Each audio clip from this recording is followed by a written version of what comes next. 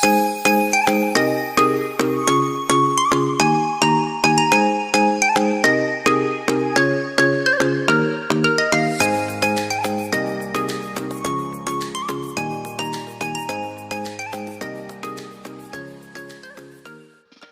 वालेकुम। तो ये मेरी वीडियो जो है elastic collision in one dimension पर है, जो फिज़िक्स की फर्स्ट ईयर की फ़िज़िक्स की बुक का टॉपिक है। चैप्टर जो है हमारे पास जो है थर्ड है, ठीक है। तो यहाँ पर अगर हम लेते हैं कि ये एक बॉल है जो उसने दी हुई है, फर्स्ट बॉल, ठीक है। इट हैज़ mass m1 और it is moving with velocity v1। ये सेकंड बॉल है, तो ये जो है v2 वेलोसिटी से मूव कर रही है। इसकी वेलोसिटी कम है, पीछे वाली की वेलोसिटी ज़्यादा है। इसका मास क्या है जी, m2। सॉरी, इनके दौरान कोलिजन हुआ, m1 और m2 में कोलिजन हुआ।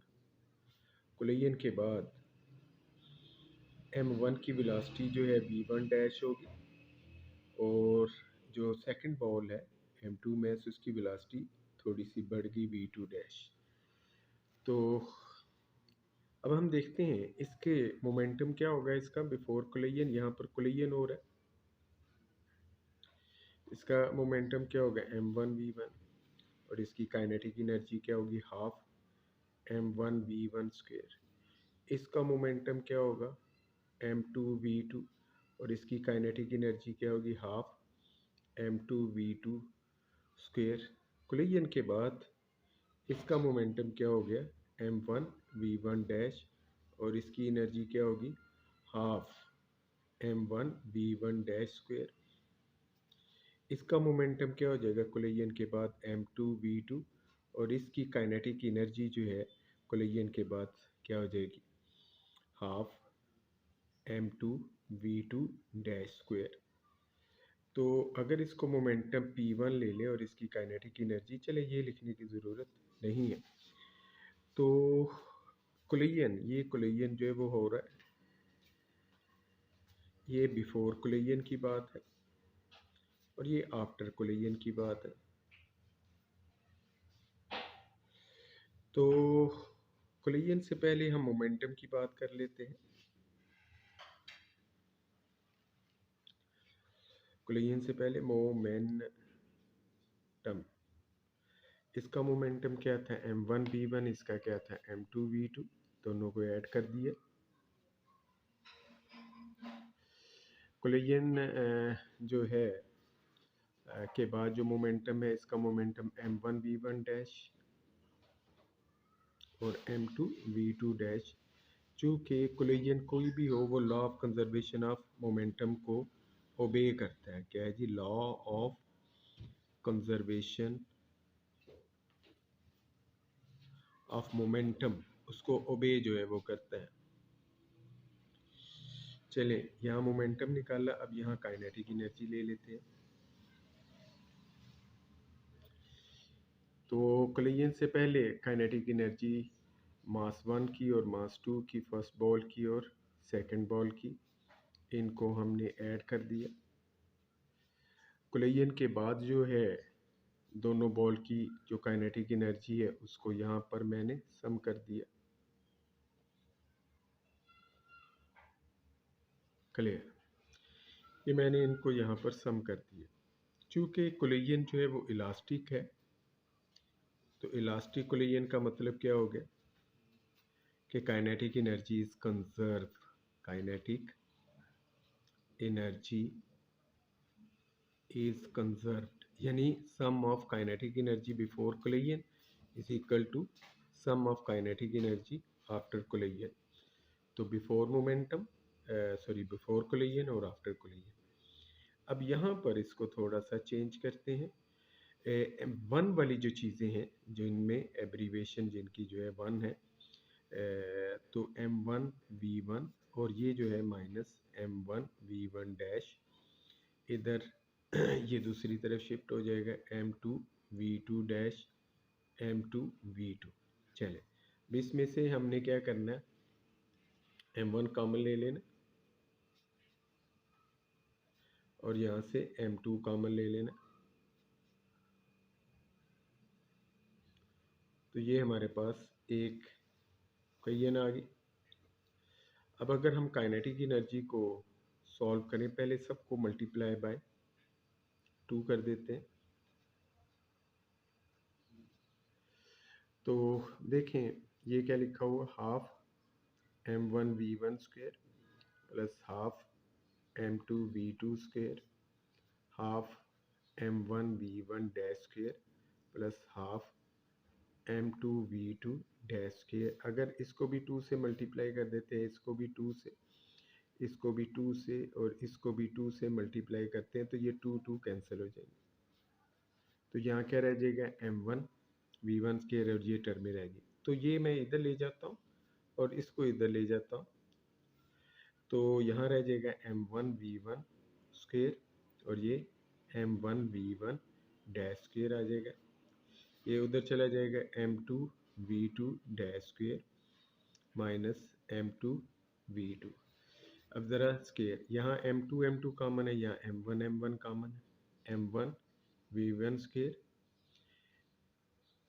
ठीक है। यहाँ से m2 कॉमन ले लिया, v2 dash square, v2 dash square, sorry v2 dash square minus v2। यहाँ ये फार्मूला बन गया कि यहाँ पर माइनस है, ये दोनों स्क्वेयर्ड है, तो 1 टाइम्स माइनस करके आपने लिख देना है इसको, और 1 टाइम प्लस करके जो है वो लिख देना, सॉरी। तो ये इसी तरह इसको कर देना, 1 time minus and 1 time plus. अब आपने क्या करना है, ये जो हमारे पास ओकेजन आ गई है, इसको ऊपर और ये वाली को मोमेंटम से जो ड्राइव किए इनको नीचे रखकर जो है वो डिवाइड कर देना। तो ये मैं ऊपर रखने लगा हूँ m1v1 minus v1 dash v1 plus v1 dash, और m2 ये मैं रखने लगा हूँ अभी।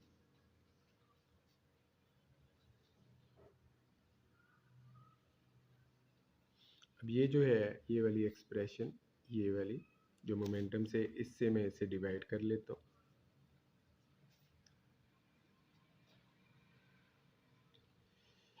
तो ये यहाँ नीचे लिखी, ये राइट हैंड साइड के लेफ्ट हैंड साइड अगर आप देखेंगे, ये और ये कैंसिल हो, ये और ये कैंसिल हो गया। इसी तरह ये यहाँ क्या बच गया, v1 प्लस v1 डैश और v2 डैश प्लस v2। मैं इनको दूसरी तरह ले जाता हूँ, ठीक है। मैं ज़रा यहाँ लिख लेता हूँ, ठीक है। वही एज इट इज़ मैं लिखने लगा हूँ इसको, v1 plus v1 dash is equal to v2 dash plus v2। अब डैश वाली जो है इस पर और इस पर डैश ऐसे उठाकर इस तरफ ले जाता हूँ, और v2 को इधर।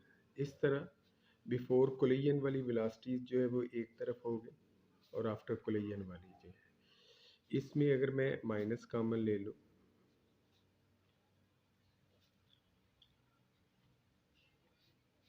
तो ये जो है ये difference of the first velocities of the two balls before collision,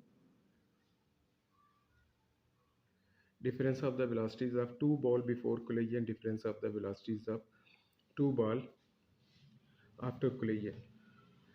ये जो माइनस है ये क्या बताता है, इसको हम कहते हैं स्पीड ऑफ अप्रोच,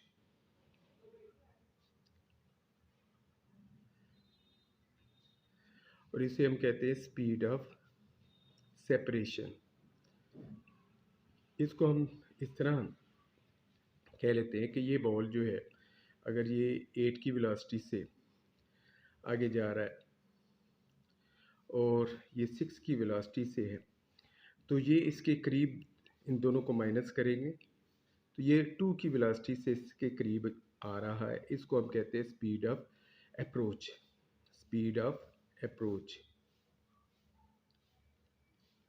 तो जब कोलिजन हो जाता है, कोलिजन के बाद जो है अगर दोनों के बॉल मैसेज सेम है, नहीं सेम है, तो ये जो है 6 वेलोसिटी ले लेता है और ये क्या ले लेता है 8 वेलोसिटी जो है वो ले लेता है, ठीक है।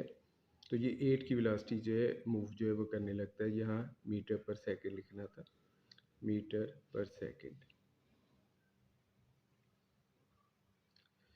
तो ये अगर 2 की वेलोसिटी से करीब आ रहे हैं तो यहाँ पर क्या होगा 6 माइनस टू माइनस टू, ये माइनस टू इस बात का है कि ये इसकी डायरेक्शन ओपोजिट है, यानी ये अगर करीब आ रहे हैं तो यहाँ पर ये एक दूसरे से दूर जा रहे हैं।